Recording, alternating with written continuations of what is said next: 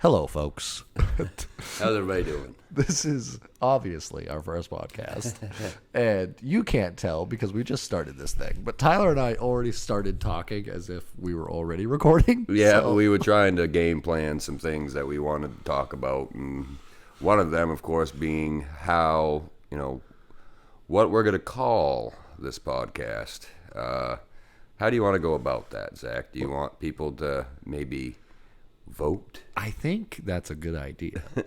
What we should do? My idea was very simple. The TnZ Podcast. I think it rolls off the tongue good. But, Zachary? I want to throw out there the idea of the White Noise Podcast. Interesting. Very interesting. And Tyler and I were just talking about this, but if you're listening and you don't know white noise off the top of your head, there's really calming things like white noise or brown noise that people go to sleep to. Yep. I don't imagine they're going to be falling asleep to us talking, Tyler. But hopefully not. not. Hopefully not. Maybe you could. If you want to go to bed to us, that's fine. I think what could be cool is if we turn it over to people. Yep. And let them kind of decide too. Because I like yours. I like yours too. So yep. Either way works. So, yeah, we'll give it to you guys. We'll, people watching and people listening to us, we'll vote. We'll have a vote. So, next time we have a podcast, we'll have an official name for it. What a way to start the podcast, too. Yeah, interesting. Yeah. We were already. What do you guys want us to be called? Yeah. So, I guess a little bit of background now that we've tried to establish what the heck we're going to call this thing. Is who even are we? I assume a lot of the people listening are already going to know us, but if you don't, my name's Zach White. My name's Tyler White.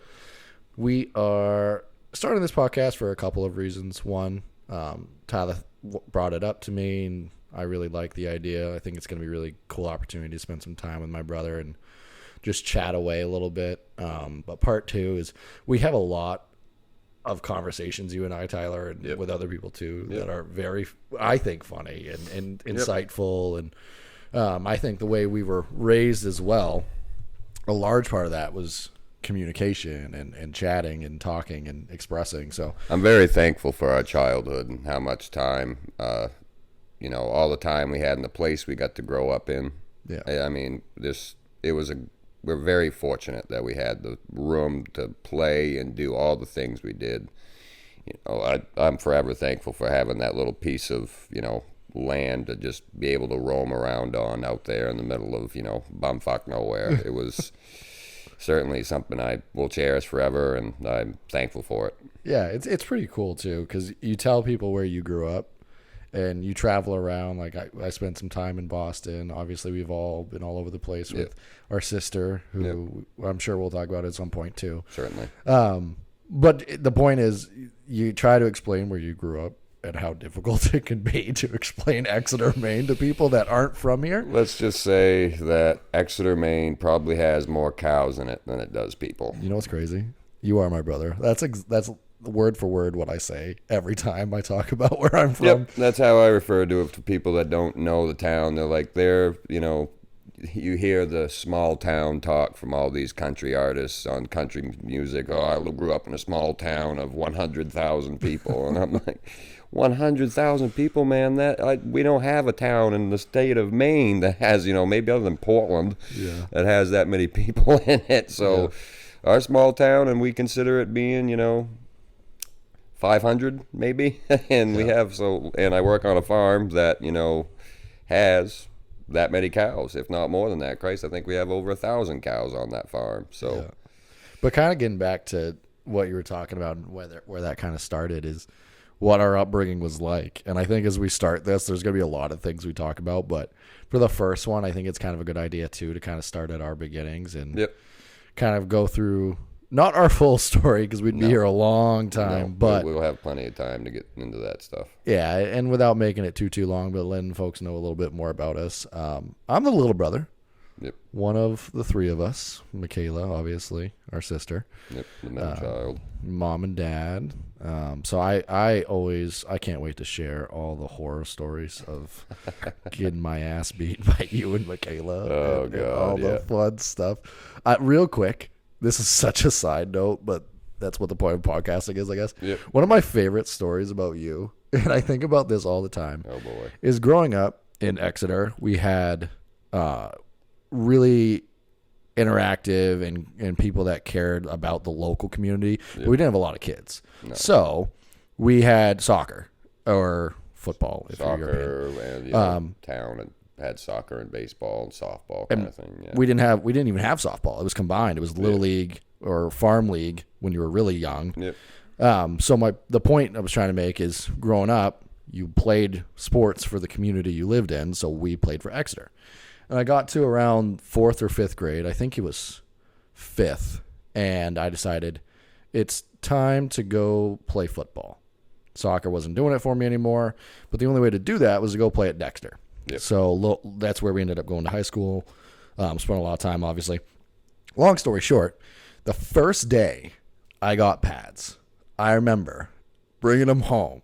And you were like, well, you got to get used to getting hit. I think I vaguely remember So this. you made me put on the pads and said, stand there. And you would just ream back and take me out.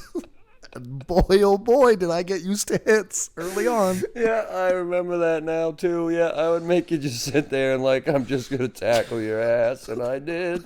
And you just took it. I was like, all right. It's moments like that. Oh, shoot. Yeah, Michaela and I, we decide that we had to, it would be always her and I against Zachary. Yeah. In all the football games, and we would just destroy him. But you know what? No, you got to explain exactly what that means. I would have to throw the football to myself against the two of you, and you would just clean me out. Yeah, you would be so mad at us by the end of the game. I don't even think we'd ever finish the game because you were so mad because Michaela and I would just destroy you. But you know what? Michaela was the one that was super competitive, though. Yeah, I actually got voted most competitive in my class and graduating. So we were very competitive as a family, as a unit. Well, it's probably because of how close the three of us were growing up. Yeah. One other story I love is I was a late bloomer for a lot of things. Yeah. Riding a bike, tying my shoes, mostly because I was lazy.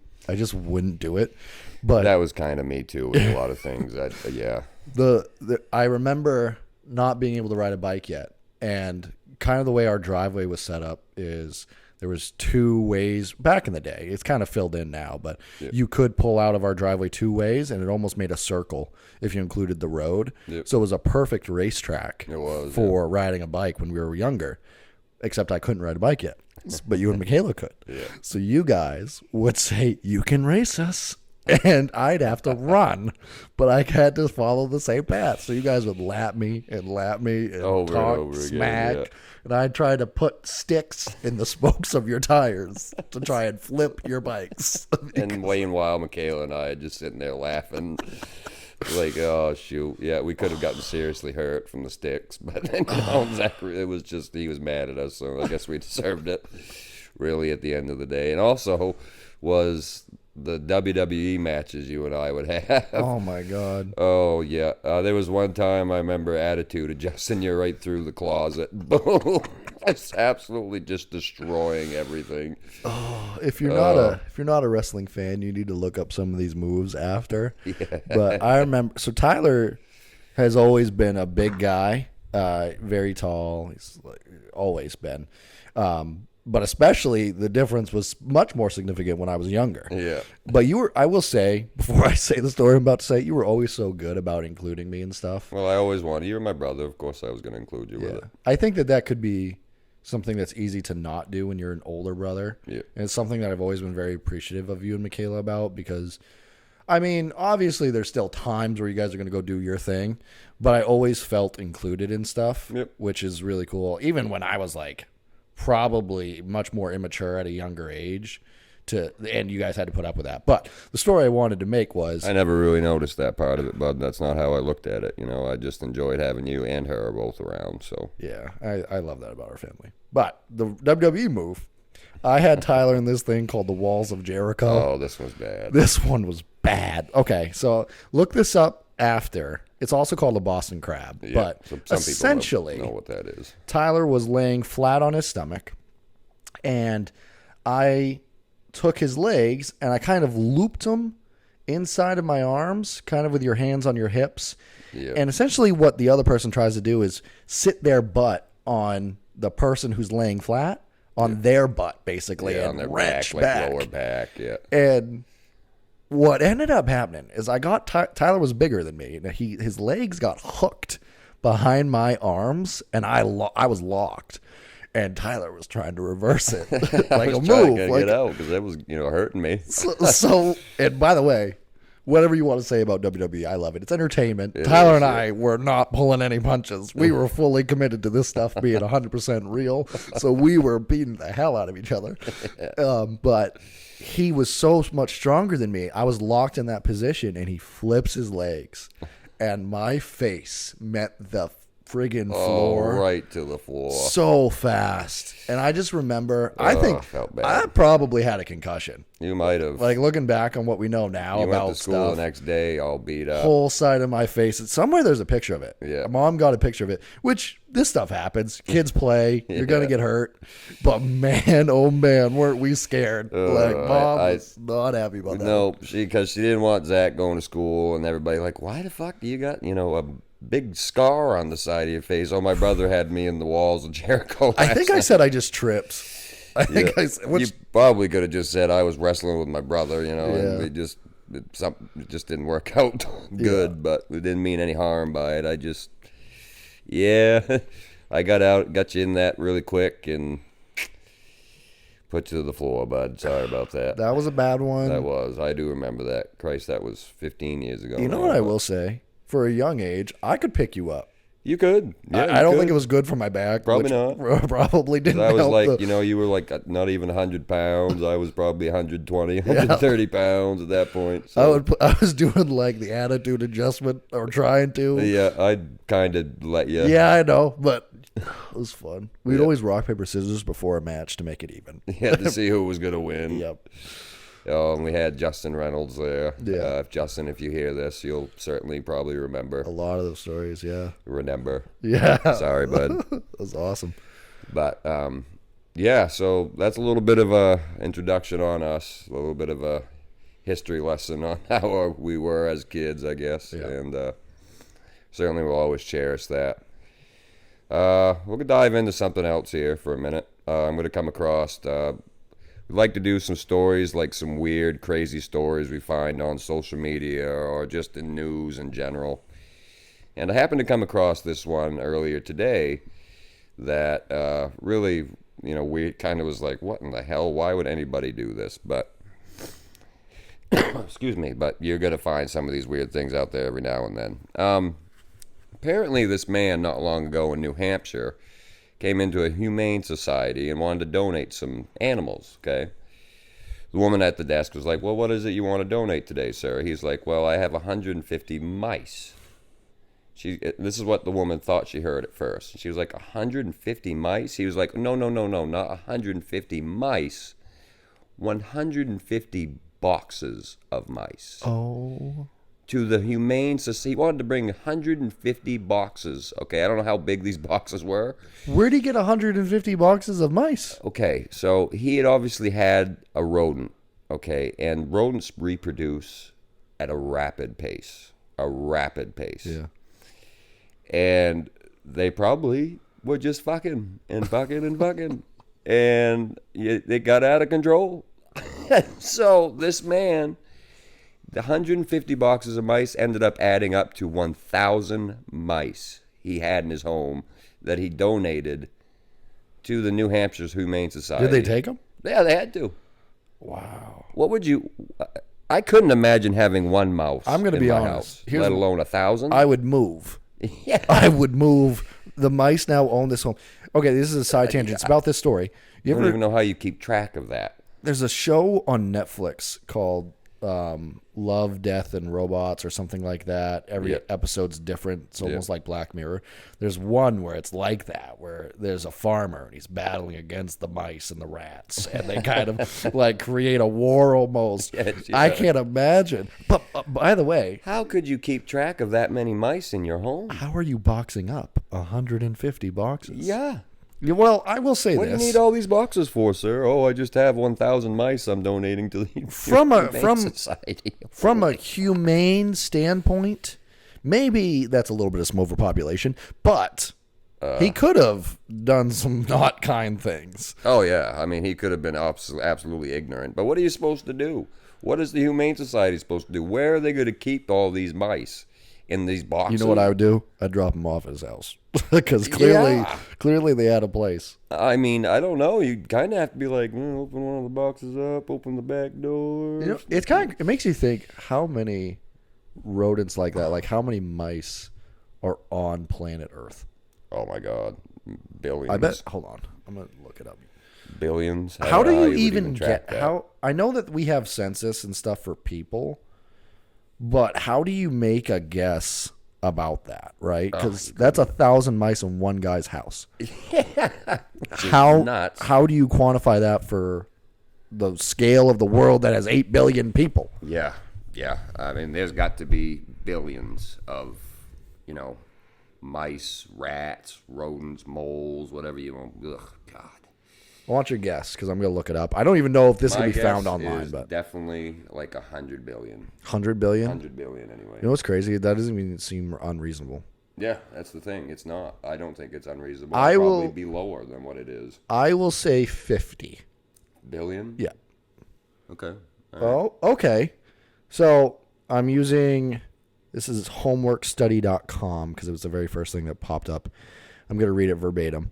If we assume there are roughly 350 to 400 per square kilometer of forest, that puts the number of mice on the planet at near to, I think this is 20 billion. It's 20 with a lot of zeros.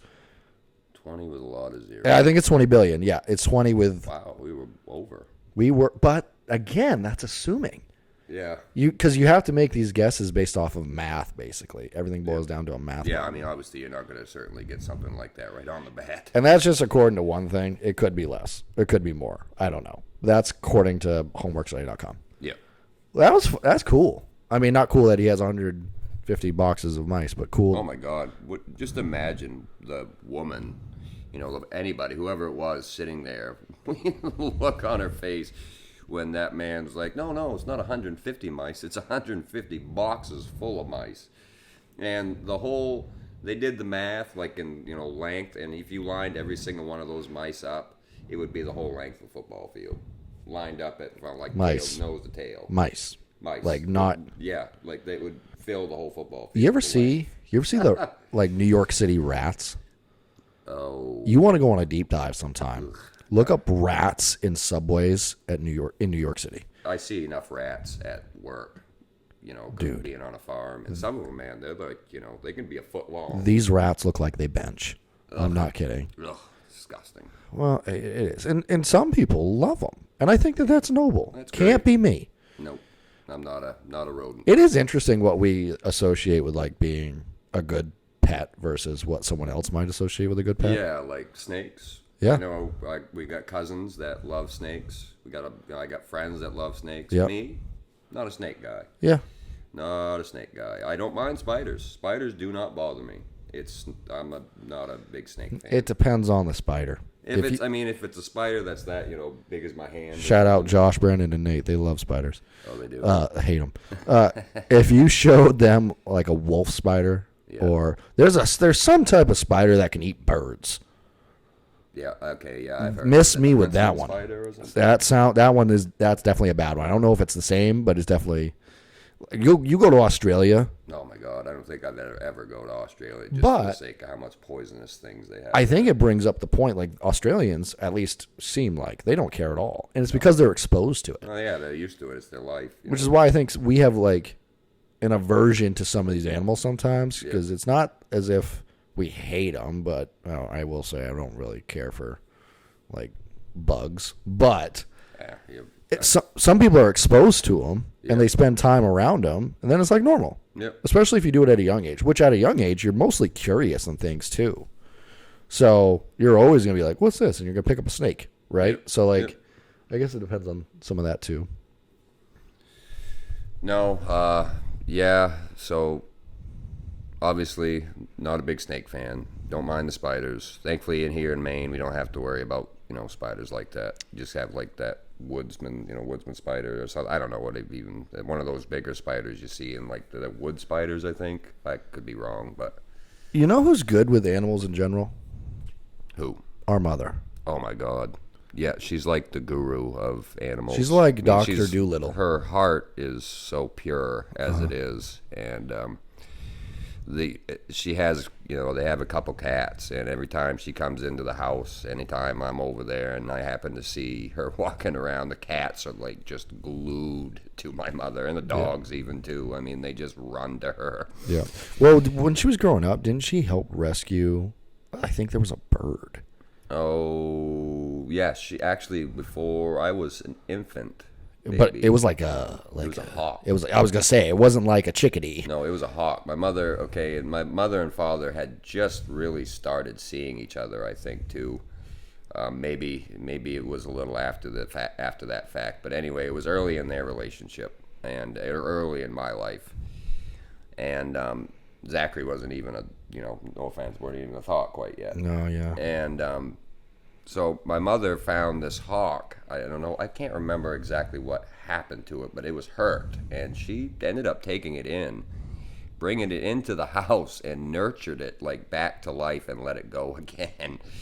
So that's the type of person my mother is, and I'm sure that the hawk lived and was great. Obviously, this was almost 30 years ago, if not 30 years Well, ago. what about the time, even a little bit less extreme, but where mom was at Nana's? And so for this story, let me set the stage. My grandmother's house, there was a heated garage, but it had one of those, just a typical garage window or door rather, that you could lift up.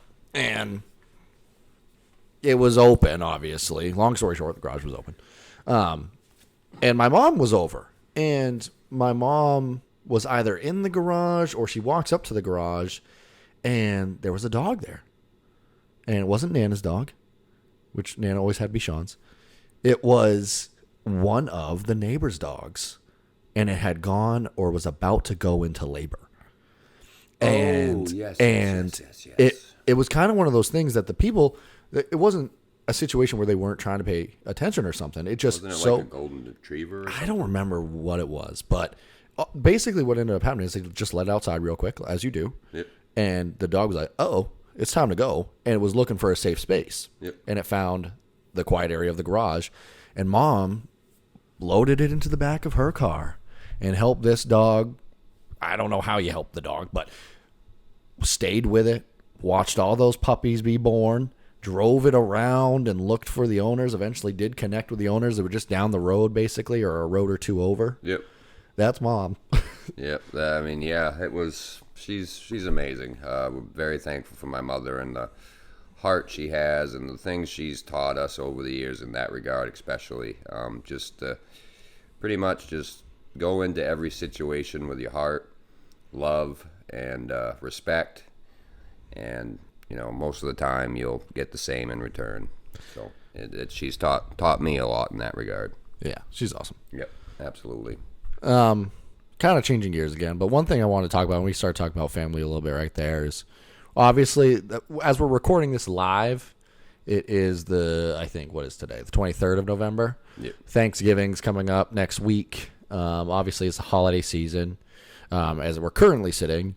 And I kind of thought about maybe just bringing up some of our earliest or some of our memories from around the holidays that stand out the most. Okay, absolutely. And one thing I love and have always appreciated, especially about our family, is the fact that the holidays are a time where we really try to focus on each other.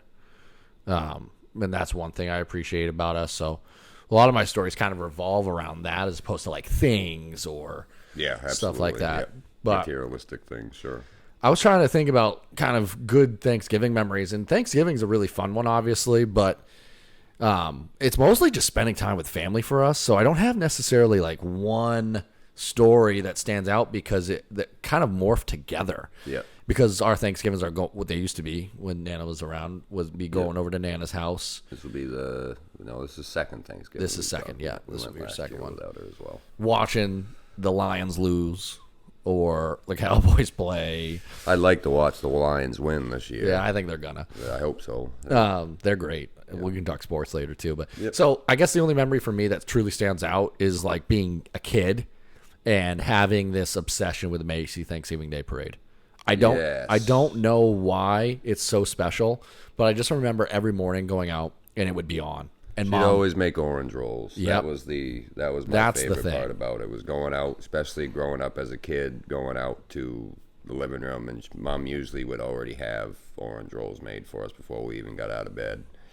And we'd always just sit there watching the parade. It was something my mother had done, and I'm sure maybe even my father had done since they were children. And it just it meant a lot to my mother, especially to have us, us three, go out and enjoy it with her and Dad every Thanksgiving. So that certainly is something that I will always remember. And when the day comes, I have a wife and kids, I hope to do the same thing. Yeah, I actually we're filming this or recording this rather in my house, and I do the same thing. I did it every apartment I've had. And I'm going to do it here.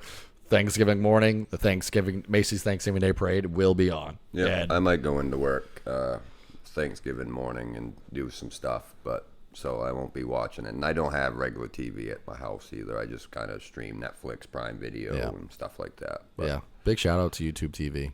I don't have YouTube TV. I don't have that. We're in this modern era. I'm not going to say that like old cable is dead and gone, but essentially it is. It's going to be at some point, I think. And YouTube TV, at least for me, backing up. The thing about live TV that keeps people with live TV is news, which includes weather. I think that's a huge part of it, and sports. Because those two things, you have to get live and in the moment to have that dopamine rush and that feeling of being involved. Yep. Where everything else, every show, everything else, you can do a streaming service for and be just as happy. Yep. But live sports especially is huge. But now with things like WWE, which we've already talked about a little bit, going to Netflix and stuff like that. And they're going to have, NFL's got those two Christmas games on Netflix as well. Oh. Yeah.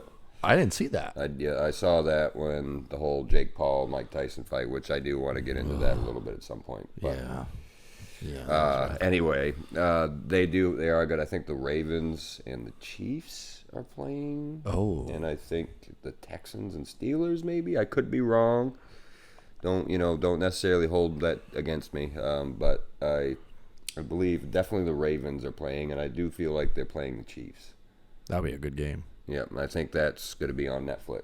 So, well, I see sports kind of going that way. yeah. But the harder part is the generational gap of folks that still want access to the games that shouldn't necessarily lose it, but grew up with typical cable. Yep. I feel like in 20 years, we're not even going to be having this conversation because there's not going to be this generation growing up right now is so connected through social media, through streaming services, that they're not going to have that same feeling towards old like cable. Yeah. So I feel like cable's going to... It will eventually. I think within the next...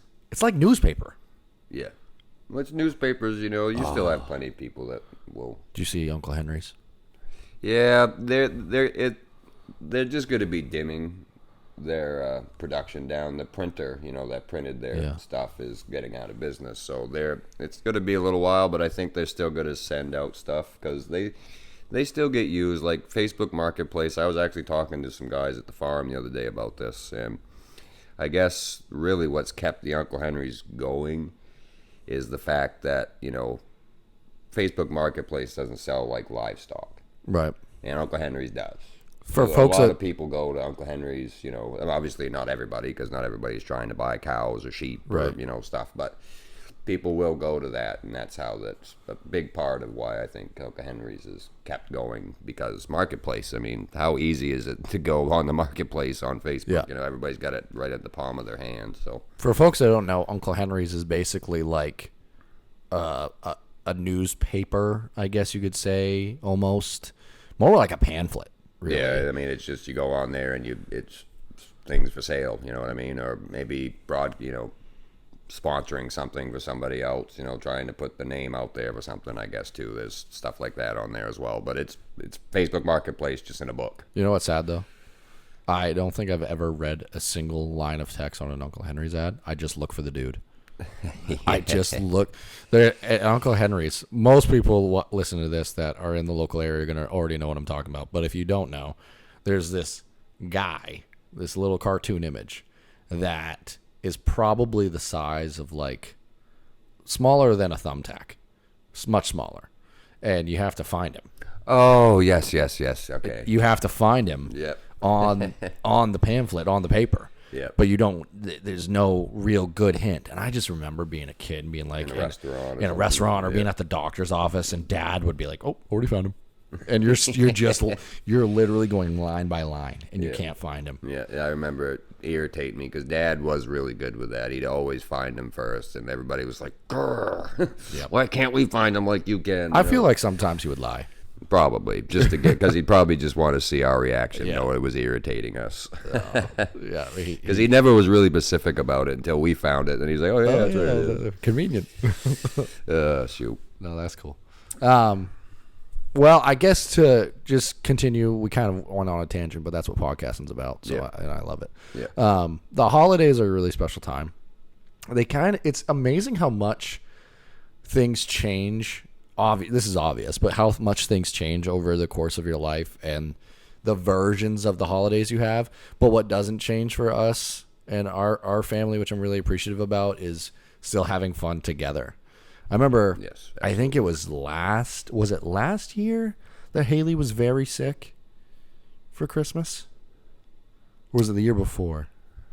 I can't remember. Well, the point I'm trying to make is... I think it was last year. My wife... She was not around. Right. So, yeah, I think it was last Christmas. So my wife, Haley, was very ill for the holidays last year, which was super sad, but we still made it fun with our stuff. But for... Yeah, because we had the FaceTimer and stuff. Yeah. For the white family portion of it, when we were all together, it was like a throwback Christmas. Because it was you, me, Michaela, Mom, and Dad. Yep. And Nick wasn't there either. No, was he? Nick wasn't there. I can't remember. I don't remember exactly what happened, but I know. I think maybe his grandfather was sick. I don't remember, but I know it was us, and it was such a throwback, and just the laughs, and not that I would have loved for everybody to have been there. Yeah, absolutely. But it made me. I remember sitting there really thinking about, wow, this was like what it was like growing up, and we hadn't had a Christmas with the five of us in a long time because Michaela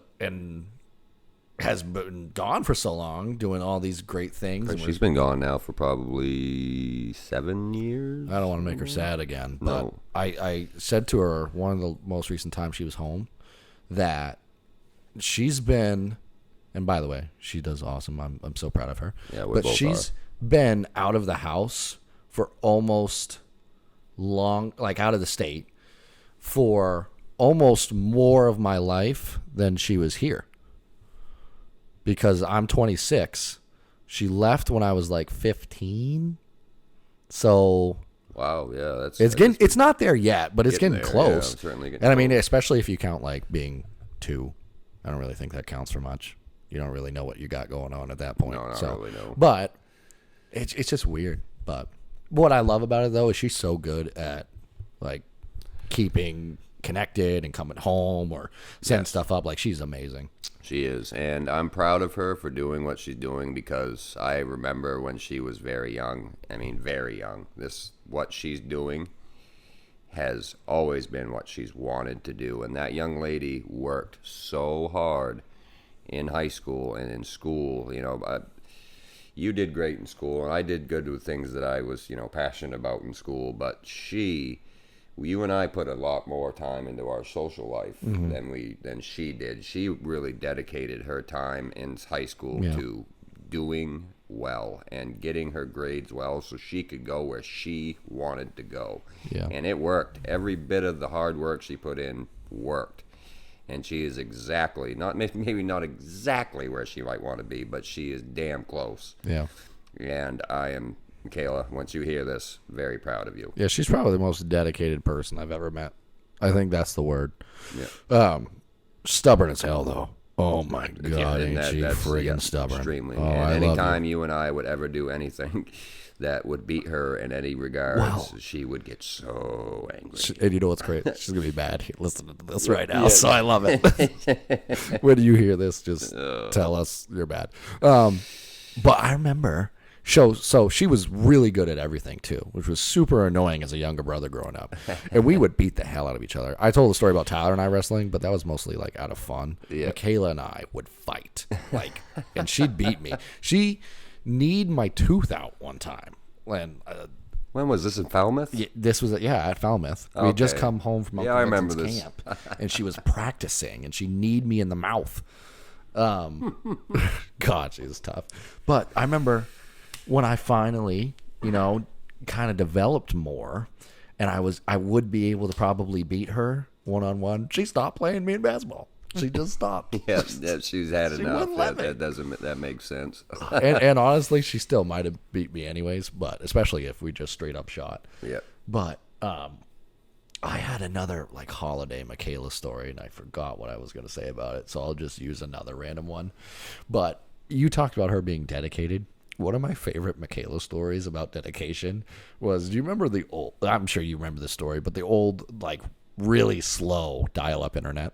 Oh, yeah. Yes. AOL. Michaela sat at the computer for an entire day trying to play 2 music videos. The first was Psycho, Puddle of Mud. Oh, my God. And she would play the song 5 seconds at a time and rewind it. And they would go 5 seconds forward, and then she'd rewind it. So she did this for hours. And by the end of it, she could watch the full music video. She did it with that one and Dollar Dollar Billiard. And I just remember like going out of my room and just playing, and then Michaela still rewind. Oh, shoot. I think it was just she wanted to do it, and she was not going to let anything prevent her from watching. It's funny you bring that up because I'm very much, not necessarily to that extreme, but I'm very much like that myself. When I have something I want to do and it means something to me and I have a purpose, I'm going to keep trying with it. Yeah. I'm going to keep going with it. I'm dedicated to that because it's, means something to me, and I'm not going to, stop until it works out the way I want it to. Yeah. So we get that from mom and dad. Yeah, for sure. They definitely instilled that at a young age. For sure. And I think part of it too is I leaned on this a lot just in my daily life, but thinking back to the lessons and things that we were taught through sports. And I don't care what it is that you want to do, but I think any environment that gets you involved in a team type of setting, sports is the most obvious one, but if you want to be in the band and being part of the band team or group. I know it's called the band, but you're part of the team. Dance, be part of the dance team. Do you at a young age? Tanner, we'll talk about you dancing. At a young age, it's just extremely important to be part of a team setting so that you can understand what it means to contribute to a team, but also all the lessons that come along with it. It's just, there's no better example. Nope, I learned a lot from a lot of the coaches I had. I got to say, I've got multiple favorite coaches, but probably the coach I learned the most off of, I believe, going up through sports was definitely Pistol Pete, Coach Murray. Yeah. He coached basketball for me anyway. He did soccer as well and tennis, but I only played basketball with him because I did football and track. And he was basically my basketball coach. It wasn't always the very specific basketball coach, but he had a hand in, from third graders up to, high school, and he'd deal with the third graders and during the summertime, and he was obviously the varsity coach, so he'd be in the high school aspect once the wintertime came, so I didn't get to have that time with him until, I got to high school, but he taught me so much. There was some things that I look back on that he tried teaching me a lesson on, and I didn't understand it back then, and I, understand it now because I look back at that certain situation I was in and go, you know what, that was something Coach Murray was trying to teach me. And, I'm thankful that he did, because now I understand it because of how he went about the situation. So, Yeah. I'm very thankful for him. Yeah, I think, God, so many coaches. Coach Murray is definitely, I feel like it's difficult for me to even start to talk about my coaches because all of them, Yeah. it's kind of a cop-out answer, but genuinely, all of them had a huge impact in one way or another. Yep. So Coach Murray for all those same reasons. And honestly, a huge one for me would be Coach Graffam in baseball. Yeah, I didn't have Graffam, but I would understand that. Just I didn't do baseball. Coached you hard. Yep. Coached hard.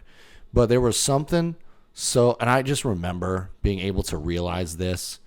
And I think when I'm thinking of these memories, most of it comes with senior year or junior year, where you're a little bit older. Yep. You've had a little bit more time to mature. Still Absolutely. a long way to go. Yep. But I remember I could sit there and be like, because he would let us know if we were not acting right as people, if obviously the baseball was lacking.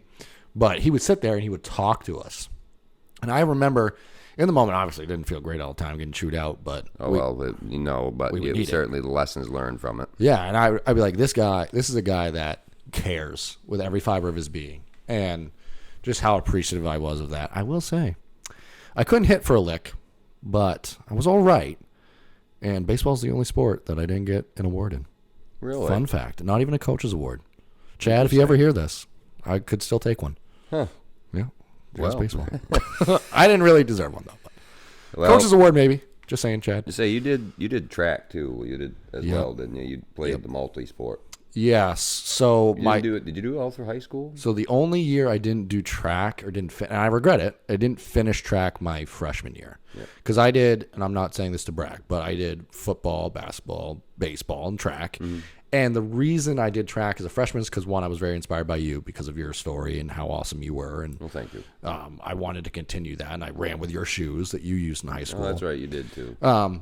But I played in football. I played on varsity. I played basketball varsity. Yep. I didn't expect to play baseball varsity. I mean, I was okay, but I didn't expect to play that early. So I wanted to still play and participate. So I wanted to do track as well. Yep. But what ended up happening is I ended up being all right, and I ended up playing baseball. So at that point, I was like, okay, I really need to dedicate myself to this because I need to get better. Yep.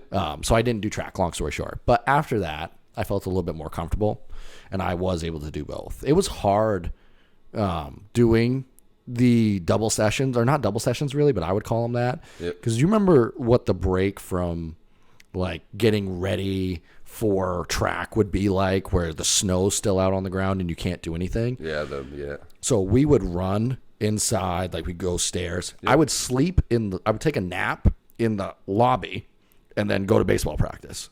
And the hard part is you can't really do both practices when the season starts. So you got to get your butt in shape at the beginning and stay in shape. So the first 2 weeks are like that, and I would kill myself. But we didn't have many people, at least in track and baseball, that was switching off. We were a lot of, at least when I was in school, from what I remember, it was mainly just, we didn't have a lot of people that did multi-sports. I remember John Gudrow. He, I don't know if he did this all through high school. I don't believe he did. He was our kicker. He did soccer, which he left football. I think he left football after middle school and went into soccer. Yeah. Because he played on the football team and didn't do soccer in middle school, and I think he went to soccer in high school. And he missed football, so he wanted to be part of it, but didn't want to leave soccer. So he came and he was kicking 40, 50-yard field goals during practice. And I remember he'd have to do a soccer practice, like you were talking about having to, and then he'd have to come kick after his soccer practice and kick footballs around for like a half an hour with Coach Wilson. So I mean, he had to do a lot of working out. But before games, I would go out with him and he'd kick 40, 50-yard field goals, no problem. And John, I'm sorry to bring this up if you end up listening to this, bud, but he went out for his first kick of the season. And we hit, like I had said, he had been kicking great in the pregame, was doing awesome, He went out and It was not even like a 20-yard field goal, and he boshes it off to like the left, just completely, just kicks it off to the left. I was like, ooh, I don't know if it was the pressure of just having a bunch of people running at you. Yeah. But the coach was like, screw it, we've got a kicker, so we're going to throw John out there and give us, at least get 3 points on the board. Only a 20-yarder, why not? He's been kicking all these other field goals, boshes the crap out of it right off to the left field. Oh, man. But he did make a few field goals for us that year, so he put some points on the board. But at that level, it's so... it's a whole different story. You're just hanging out. He was just hanging out with me at first, kicking, field goals like he was, so he built up his confidence. But then you've got 11 guys sitting there ready to run at you, trying to block your kick. So it's a little nerve-wracking. I'm sure he went up there and just kind of went whoops. Yeah, no, but he made up for it. I can't imagine. Coach Graffin was also, last thing I'll say about the dual sport thing, he was super gracious, because he would say, again, I'm not saying this to be like bragging, but he'd be like, the athletes that can compete need to play the sports for the small schools. Yep. And we were a Class C school. I mean, we had 170 maybe total, or no, we probably had more. Oh, we had 300. We had 300. I'm thinking the 70. I'm thinking of classes. Yeah. So I graduated with 81 kids in my class. I graduated like 75, 72. I had about 81 kids in my class. So that's the number I was thinking of. But point is, still small school. Yeah. It's like you need to play. So if I had to go to a meet, he'd be like, absolutely, go do it. And I could miss practice for that. And he was super gracious about that. So that's the only reason that really even worked out. But Tyler, I feel like this has been a good one. Yeah, I mean, we're almost an hour into this. This is going pretty good. This is really good. Since Zachary and I were kind of thinking about an hour at times, if we go a little bit over, obviously that's cool. We've got plenty to talk about. We'll have other things to talk about in our next podcast too. We'll plan that out as we go, but we're just trying to get through this first one, see how everybody likes it, and I think we're doing all right. Well, with that being said, I do want to talk about the Mike Tyson, Jake Paul. I've got some things I want to state with that. I know we're a week removed from that, and I also want to talk, I do have a farming story. I want to at least try to bring up one farming story every podcast. Yeah. And I do have one. I want to we'll end it off of that. We'll end the podcast with that for the day. But moving on, we're going to move on to the Jake Paul, Mike Tyson fight. I have some opinions. We'll start with the opening fight. Was it Guyton? So Nunes? For the only fight I saw, because I happened to watch all of it. I will say this. I was not going to watch. You weren't? I wasn't going to either. Then I decided, screw it, I wanted to check this out. I saw Tyson fight his last one against Roy Jones Jr. He was one of the broadcasters. And Roy Jones was a bad man when they were both in their prime. Roy was bad.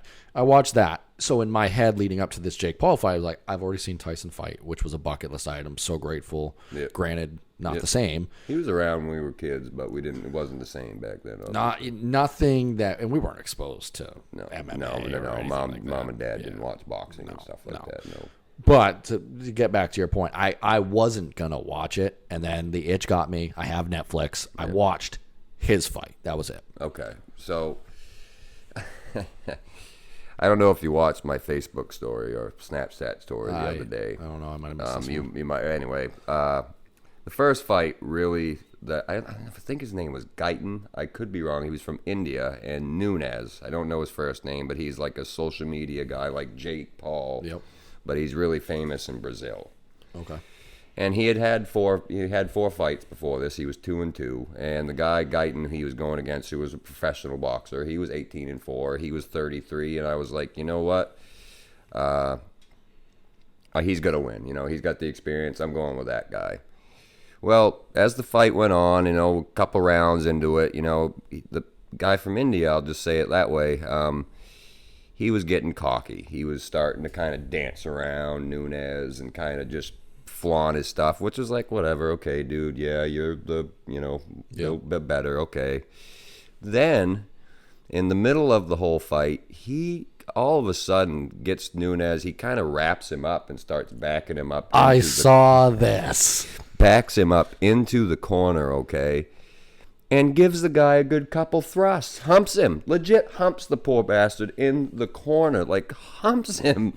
And, all of a sudden, I've lost nothing. I've lost complete respect for this guy now, okay? I want him to get his head rocked right off his shoulders. And Nunes, dude, he just turns around, he just humps him a couple times, and Nunes is just like, oh, no, dude, it's all good. Oh, good. I would have been like, screw you, dude. I would have been, I mean, the referee was right there because everybody was like, dude, why the fuck did you just do that? And, I would have been swinging for the fences. I would have been like, you are getting your head kicked off. I don't care how much power, energy I'm wasting here. I am swinging until I connect with your face. Oh, it was so disrespectful. I was so just disgusted. I'm sitting there yelling at the TV like, come on, Nunes, beat his ass. Yeah, I feel like it's part of the issue with this current, he had millions of people, watching him. He had 70,000 people in Dallas sitting there in front of him. I think he might have just gotten a little caught up in the moment. But it was very disgusting and ignorant. I was very disgusted by it. I really had not seen anybody show that type of disrespect with somebody in the ring. No sportsmanship. Zero. I mean, he ended up winning the fight anyway. Went all, I think there was 6, 7, 8 rounds in that fight. But he ended up winning, and I was like, that's stupid. Not to jump away from that fight, but the only saving grace of, I won't say only, but a major saving grace of these recent Jake Paul boxing escapades has been Amanda Serrano and Katie Taylor. Oh, I'm going to get into that. Oh my God. That was the third fight. That was the fight before Tyson, and that was, Amanda Serrano's been robbed twice, and Katie Taylor, I'm not saying Katie Taylor isn't a bad woman. She is a bad woman. But I wasn't impressed. That was the first fight I'd seen her do, and all she did was want to headbutt her. How often do you have 2 fights with the same person winning both fights, and people are clamoring for a trilogy because nobody believes, well, I won't say nobody, most people don't believe that person won a single fight, let alone both of them. You know what I mean? Oh, yeah.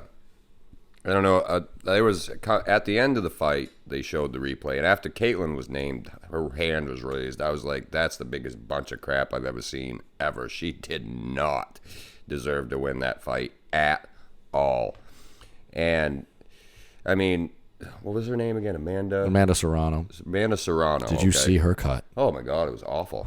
And the replays they showed of Caitlin Taylor, when she would go in to wrap up. The first instant replay they showed, you couldn't really see it, and that's where she got the initial cut. And you saw how instantly, I mean, it looked like they did connect heads, but you couldn't tell that was what Caitlin was aiming to do. Right. Incidental, maybe. Yeah. The second instant replay, they had a shot of Caitlin's face when she was going into it, and I noticed her eyes, went up and looked. She was aiming her head for where she had hit her at first. Wow. I'm like, I'm going to open her up. She legitimately, I could see her eyes, was like, oh, I got to put my head up here. And the referee kept getting in the middle of the fight, and the guys and the announcers are like, why is the referee getting in the middle of the fight? And then you look at the end, and it's like, oh, yeah, that's why, because you could tell that Caitlin was actually, aiming her head to go hit Amanda. And it was like, how disgusting is that? You're looked at as one of the better female boxers in the world, and that is how you're going to go into this fight? Yeah. And throw your head because you don't think like you can beat her. I was so disgusted by that. And the fact that she ended up having her hand raised, I mean, Amanda did so well. She landed great punches. She's got a great story, too. And she fought through the whole fight. That cut above her eye was so bad. I mean, the doctors were like, do you want to stop? She was like, heck no. I think Katie Taylor's the only one that's beat her. I think she was undefeated. She shouldn't have. I think Katie Taylor's undefeated, too. Oh, and maybe. So it was like a huge fight. But I was so I had heard she was a good fighter. So the fact that she ended up going in there and, throwing her head into the game a little too literally, I was just like, yeah, that's awful. That was disgusting, and you definitely did not deserve to retain that championship. But I think we'll get a third fight. I really do. I wouldn't. If I was Amanda, I wouldn't want to. I'd be like, you're just going to throw your head into it. If you throw your head into it once, I think you should be disqualified. Like, once. There's a quote from Daniel Cormier when he was talking about John Jones and their rivalry. Yeah. And obviously, John Jones, period, point blank, is the greatest fighter of all time. Not debating that, not saying anything against that. But he's had a storied past of failing drug tests, failing performance-enhancing drug tests, and had a no contest against DC for one of those fights because he was found with steroids, or something of that nature. But DC, Daniel Cormier, when he was talking about that, and this connects Katie Taylor too, and Amanda Serrano, it's you have to live with the fact that on that night, no matter what the politics are after or before, on that night you lost. And you have to remember that as you walk around for the rest of your time. Not that it's the biggest deal in the world, but you have to look at that person and understand they were better than me. Yeah. So to have the opportunity to get a little bit of that back, I think as a fighter especially, is huge. I mean... Okay, yeah, I definitely agree with that for sure. In football, we love football. And there's a saying in sports in general, it's tough to beat a good team 3 times. Shout out Mark Callan. You always say that to me. Because it's true. When you get that get-back opportunity and you've seen them, okay, I know your tricks. I know what you're going to do. It creates a fire that is much more exciting than just going fighting Joe Schmo. Yep. Like, you're fighting for legacy at that point. But, Yep. So, moving on from the Caitlin Taylor, and obviously there isn't a whole heck of a lot to say about Jake and Tyson's fight. I mean, it was what everybody kind of expected it to be. it was an awful fight. Yeah. But It was a 60-year-old man, near 60-year-old man going against a 27-year-old. I have a hot take outside of Tyson getting a knockout, which I don't know how many people really thought that would happen. I think That'd it was be cool. I think people were hoping, Yeah. but really thought it, probably not many. Yeah. I think short of that, the fight went as well as it could have. Because I didn't want to watch this fight because I was legitimately worried that Mike Tyson was going to get hurt. Really hurt. Yeah, I'd embarrass him and completely. I watched Evander Holyfield recently fight, and man, he bad man, but he got messed up, and it does something to you when you watch these giants get hurt. Yeah. And I am glad that at least I don't think Jake was giving it his all. I think I do believe Jake after the fight. He said Mike wasn't throwing anymore. I had no reason to go pursue a knockout. And I actually believe him, and I think he should get credit for that. Yeah. I think that it made the fight At the boring. very end, you see him, kind of bow down and kind of like. You got to sell a fight. You got to talk trash. You got to do all that. Jake is, whatever you want to say about his fighting, whatever you want to say about him, he is a world-class marketer.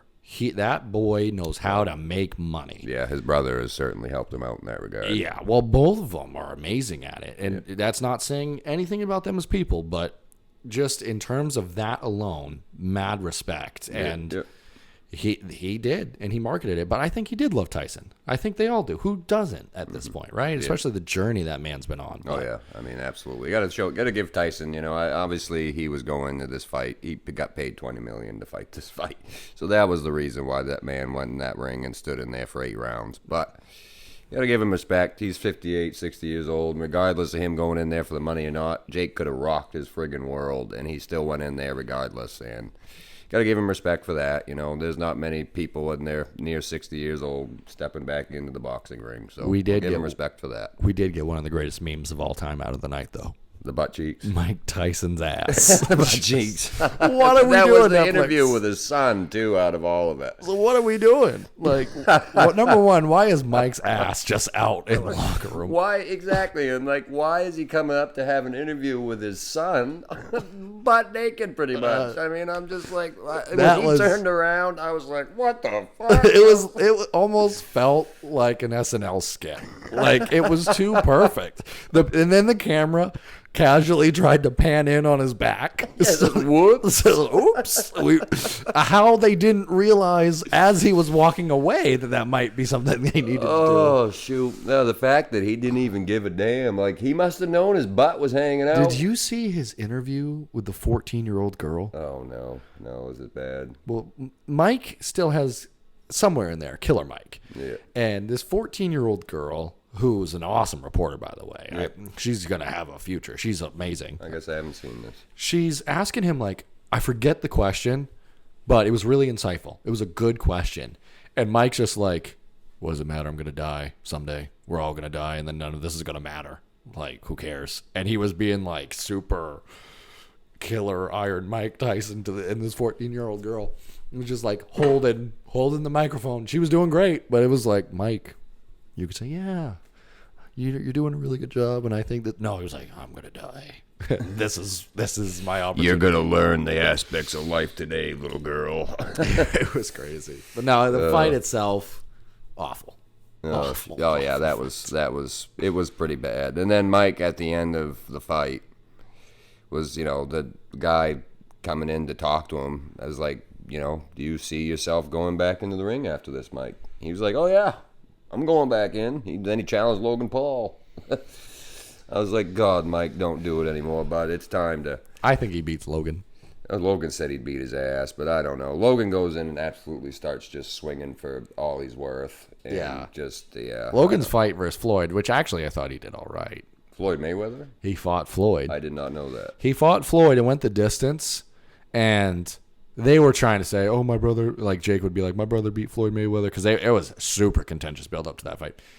Logan didn't win that fight. It wasn't sanctioned, so it wouldn't have gone on anyone's record. Yeah. But I know they fought. It was okay, but Logan is 6'2", maybe taller. Quite a height difference. Floyd is like short. Yeah, so you could see it man.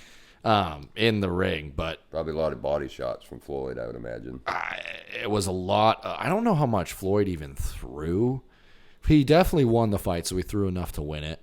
But I remember at one point, and I'll give Logan a little bit of credit for this, Floyd covered up, because Floyd's the greatest protective fighter ever, in my opinion. Yep. But he had the hands up. He wasn't allowing any shots in. And Logan, without any form at all, is just going either side of Floyd's head, trying to hit him and leaving his entire center mass open. That if Floyd just gone boop, it would have knocked him right out. But I guess I didn't see that fight. I didn't know they had fought. But no, so I think Mike wins that one. Well, we're about an hour into this, so I'm going to go into my farming story that I have here. This happened to me a few years ago. It kind of involves, some of you that watch see my Snap stories or my Facebook, Instagram stories, you'll probably know what I'm talking about. But we have a truck at the farm. I call it the Spread and Forward. It's been around. We spread our solid manure that we have on the farm with it when we need to.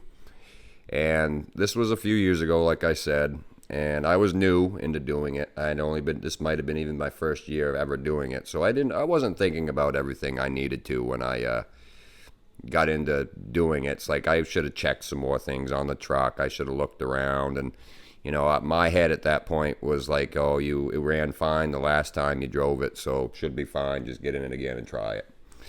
So everything's going great. I've got the truck loaded up, started, moved, loaded. I've even driven it out to the field and have turned the PTO on, and I'm spreading, I'm going. So I've gotten into it pretty good now, and I'm halfway across the field. And all of a sudden, I start feeling this really strange stinging sensation on the back of my neck. I know this story. And I'm like, ow, that hurts. Like, what? And then I start feeling it on multiple places on my body, like on my back, on my arms. So now I'm like, what is happening? Well, most of the time when I'm in that truck, especially when I'm right next to an edge of a field, and even regardless of what I'm in, you got to pay attention when you're right at the edge of the field to keep things in the field. Well, I'm not looking in the rest of the cab, so now, after this stinging sensation, I'm looking around, and there are wasps everywhere. And now it's bad. Now I'm freaking out, okay? Yeah. So now I get the truck out of gear, okay, and I put it in park, and my arms are flailing. I'm swinging my arms all around because I've got wasps just assaulting my ass.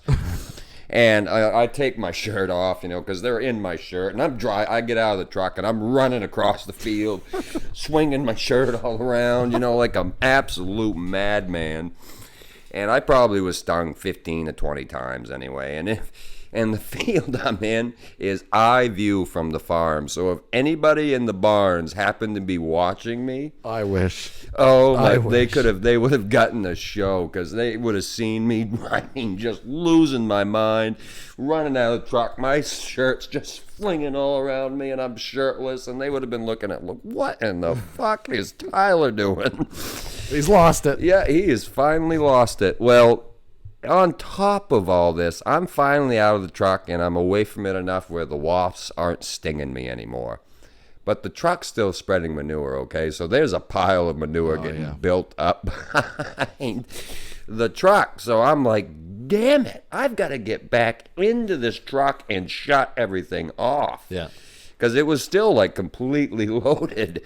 So I'm like, damn it. I had to sit there for a couple minutes building up the, courage to get back into the damn thing and get stung, probably 10, 15 more times. So I'm like, screw it. And I just ran right in there and I fucking shut it off. And yes, I did get stung a few more times. Big pile of manure sitting behind the truck. Then I jump out of the truck again, run probably 50 yards away from it, and I stop and I look back. And this was the only time in my life I've ever had that kind of thing happen, have a wasp nest, assault me. So I'm in pain, and I look back and go, man, that sucked. And I had to make the walk of shame back up to my boss's office and tell him what happened. And it's like, I'm going home. I'm hurting. I'll get the truck tomorrow morning. And, yeah, that was the gist of that. But, oh, my God. Just the fact, just to be a fly on the wall kind of thing and see me freaking out down in the bottom of the hill, swinging my shirt around my head like a freaking madman. Oh, my God. Yeah, I think there's few I won't ever forget that. There's few things worse than being stung by a wasp. Ugh. But if you multiply that by 20... Oh, it hurts so and bad. you take a shitty situation and you make it much worse by the actual manure that's piling up behind you. God. That's just the perfect metaphor for your situation. You were deep. Shitty. You were deep in the shit. Deep, and I mean deep. But yeah, we took the. Let's just say I learned my lesson there, folks. I from now on, especially if something has been sitting for a minute, I will always look around to make sure there are not a wasp, hornets, bees, whatever it may be, type of nest on the frickin' thing. Oh my God, I've got some stories with that forward, but we'll just we'll keep it to that one here today. Yeah, we're gonna have plenty of stories available. Tyler, maybe the name of this podcast is gonna have something to do with wasps. Could be, like we said in the beginning of this, folks. Don't forget, we'd like you to vote. Not necessarily vote, but maybe kind of a vote type of thing, and we'll do that. If you like the TnZ, I like it. If you like white noise, if you like something else, let us know. Obviously, if it's stupid, we'll probably not, acknowledge it. But I will take no recommendations from anyone named Brandon, Josh, Jason, Nate. You guys don't get to make any. I hope we have those guys on here maybe even at some point. If this is something we continue to do and something people like, I hope maybe we can get some of our friends on here and join us and have some good times like that every now and then. I think that would be a cool thing to do. And it's really cool to be able to hang out with you, bud. Yeah, it is. I've enjoyed this, Zach. We've gone well over an hour on this, and this has been a lot of fun. I didn't think we were going to. I honestly didn't think we were going to make it this long on here. Well, I thought we would. It's amazing how when you just start chatting away. Yeah. How the stories, and there's a lot of stories. Oh, there's plenty of them. This is why I knew we were going to do just fine with this, because we have so many things to talk about. And I mean, I've got stuff about, I'm not always going to bring this up, and I didn't even bring it up once until right this second. Cancer stuff. The story I have to tell with all that and all the things, ended up being good, because here I am, folks. So it's, we're not going to get into that now, but that's certainly something we'll talk about too. Eventually. That's like 2 podcasts in of itself, at least. Yeah. Well, we'll get into that at some point. But I've got quite the story to tell, and I'm just thankful to be here and thankful for my family, like I always say on Facebook. Well, I think that's going to do it for this one. I think it is too. Awesome. So we'll catch you guys later, and thank you for listening.